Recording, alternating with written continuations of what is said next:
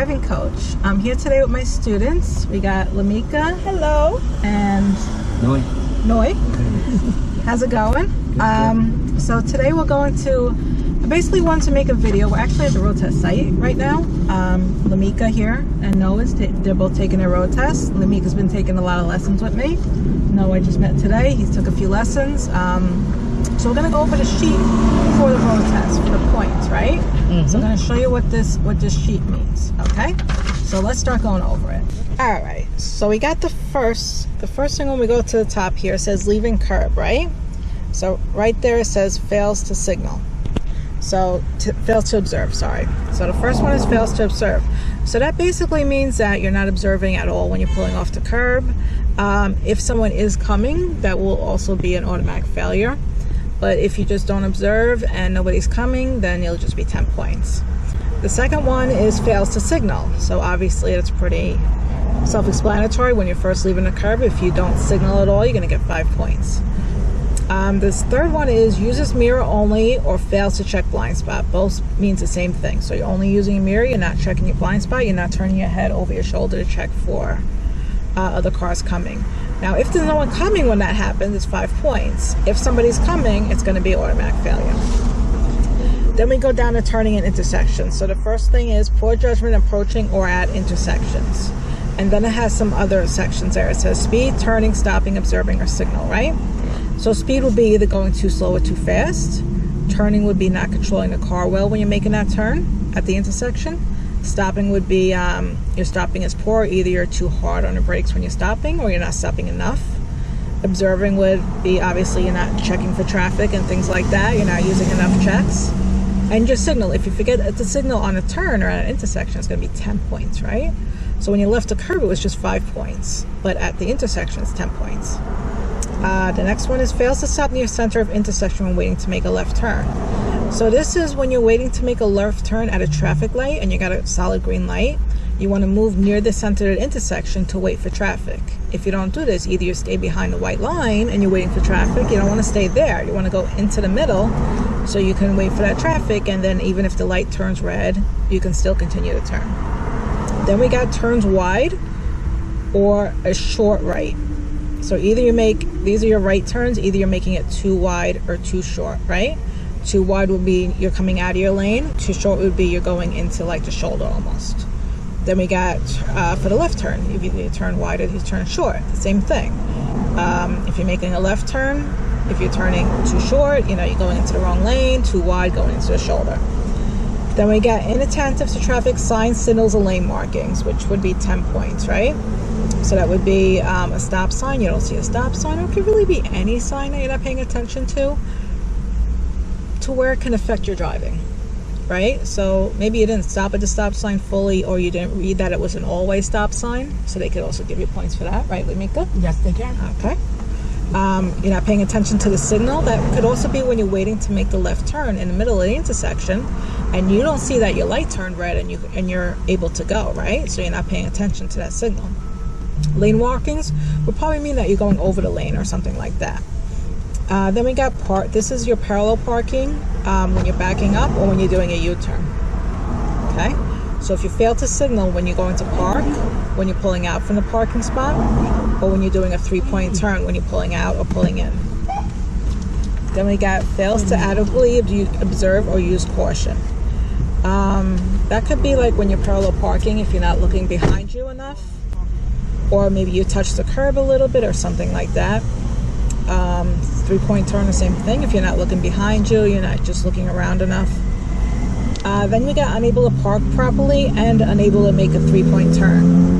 I'm going to close my windows for a second so you can actually hear me and don't hear all the traffic outside. It's a little busy in this area. All right, so let's get back to this, okay? Okay, so fails to signal, right? Nope, we already went over that. Okay, unable to park properly or unable to make a 3-point turn. So basically is you haven't finished it. You cannot complete the 3-point turn or you cannot complete the parking. Now it's only 15 points on here for each of them, right? But they will combine it with other points because you will fail. If you do get that marker there, you will fail. Excessive space for parking too far from the curbs. That's if you're a little bit over your foot in the parking, right? And then we got excessive maneuvers in the 3-point turn of parking, which would mean you would have to fix the parking. Let's say you're too far and you got to back up and you got to fix it. You got to do a few maneuvers, a few extra maneuvers. That's what you get in parking. Same thing for the 3-point turn. There are instances where you will have to fix it if it's a tight street and you can't make it in one maneuver, in the 3 maneuvers that you take, the 3-point turn. And you have to back up again or something. They give you those. Now let's go to the other side, driving in traffic, right? Let me get this a little bit closer so you can see a little bit better. So we got one that says fail to keep right? So if you're driving on a 2-way street and you're not keeping on the right side of the road, they're going to say fails to keep right to the right side of the road. That's 10 points. Improper lane of traffic. So that's a big one, right? So basically is if you're driving in the wrong lane of traffic. You make a left turn and you're driving on the left side of the road. Remember, we're not in England, we're in the United States. We drive on the right side of the road in the United States, okay? Now, a lot of these things are automatic failures right here. Like fails to keep right, improper lane of traffic. If you're driving on the wrong side of the road, you're not going to pass. So they do combine, especially the ones on the right side, this whole right section here, they combine a lot of these points to get you over the point value, okay? Now let's look at the next one. Follows too closely. That's basically you're tailgating somebody, following someone too closely. Speed excessive for conditions. So that would be traffic, weather, or road, right? So either the traffic condition, you're going too fast. The weather conditions, if it's snowing out, you're going too fast. Or just a regular road conditions. What if there's a speed bump there, or there's some construction or potholes or something? So you can get points for that, and that's 15 points. Then we got too slow and impede traffic flow.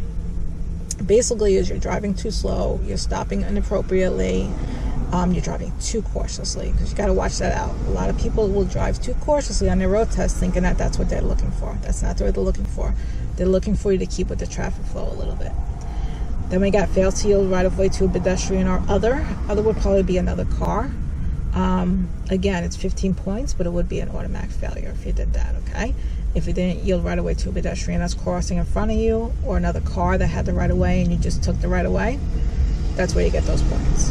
Then we got poor judgment in traffic, which could mean anything. This is something they use a lot to combine to get you over the points. Let's say you had the improper lane of traffic. They would also give you the poor judgment in traffic to get those points to where they need to be in order to fail you, okay? Then we got when changing lanes, fails to observe, signal, or use caution, right? So if you're doing a lane change, because there are a lot of road tests where they make you do a lane change on a road test, you didn't signal, you didn't observe, or you didn't use enough caution, right? Now, on those, you can still pass with that. I mean, if you don't observe at all, unless someone's there, you can still pass. If nobody's there, then you can, if someone's there, you won't pass. But if nobody's there, they could still pass you with that. And then we got fails to anticipate actions of pedestrians or other. Again, that goes with not yielding to a pedestrian or another car, and it would also give you those points to get you up over the point value, right? So you're not anticipating what they're going to do. Like if you have a pedestrian that looks like they're about to cross, they're not on the crosswalk yet, but they're walking towards it pretty quickly and they're getting close to it, that would be that you didn't anticipate their actions, right? That they are going to cross. And then you start turning and then you have to stop for them, right? So you want to make sure that you're anticipating things too. And then again, we got fails to anticipate potential hazards. Same thing, they'll use it to get you over your point value. Then we got vehicle controls, repeated stalling. That would only really happen in a manual car. So if you are using an automatic car for your road test, you probably wouldn't get those points. Then we got poor engine control, acceleration. That would be your gas pedal if you're having trouble getting on the gas pedal or you're hitting it too hard, something like that. Then we got poor steering control, turning, straight driving maneuvers. A lot of times they give you this points when you fail for the parallel parking or the 3-point turn. They really like to give you the poor steering control because they consider it you don't have right steering control if you can't finish the maneuver, right? So they will give you that and they'll hit the maneuvers on that one. And then we got delayed braking or abrupt braking. So that would be you're pressing the brake too hard or you're waiting too long to get on the brake. Usually people pass when they have this one. It's usually because they're a little too hard on the brake. So the brake's very sensitive. So sometimes they just hit it a little too hard. Then we got poor use of gears, automatic, manual. So automatic would be usually when you're doing the 3-point turn, if you're forgetting what gear you're in and you're going the wrong direction a lot of times and you're just forgetting to change the gears. clutch control. Again, you won't need that automatic car. That would just be in a manual car. And then we got poor reaction to emergencies. Again, this is a combination thing that they use to get you over the points value. So that is the sheet. Now let's go over the actual road test. Let me put this camera back on. Okay, so Lamika stepped out for a minute. But I'm still here with my other student. How's it going? Good, good. So right. Laura.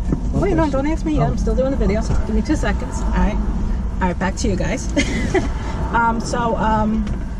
Basically how the point system works on a road test, if you start with 0 points, right? So you get points for things you do wrong. You can get anywhere from 0 to 30 and pass. Anything over 30 is failing. So 35 or over is failing. And if we noticed on the sheet that everything goes in points of increments of 5, right? You can never get 1 point for something, right? It's either 5, 10, 15. There's nothing there that really has 20 points on it, so it's just really in increments of 5, 10, and 15 for each thing, okay? So that is our thing, our nice video here on the point system on the road test. This is a sheet. You would either get a sheet like this or a little receipt, but this is a sheet that they use. These are the this is how they go through the points. So even if they give you a little receipt, which is what they mostly do now because they have computers with them, so they give you a little sheet and they would just but use these point values, okay? You may in a rare occasion get a big sheet like this as well, okay? So thank you guys for watching. If you want to, I'd love if you subscribe to my channel because I do a lot of updates. If you could share this video on your social media, if you have any friends that are taking their road tests or preparing to learn how to drive, it would be great. And if you would also give me a like, and if you have a comment or you have any questions at all, you could always leave a comment. I do check my comments daily, so I'm watching them. If you do see me on a road test line, usually in Astoria, then you could come out and ask me a question. I'll be fine with answering any of your questions while I'm waiting here with my students. And I also, if you want to support my channel, if you like the information that you got out of it and you feel like you want to support my channel, I also have a link to my PayPal account if you wanted to, PayPal donate account if you want to do something like that.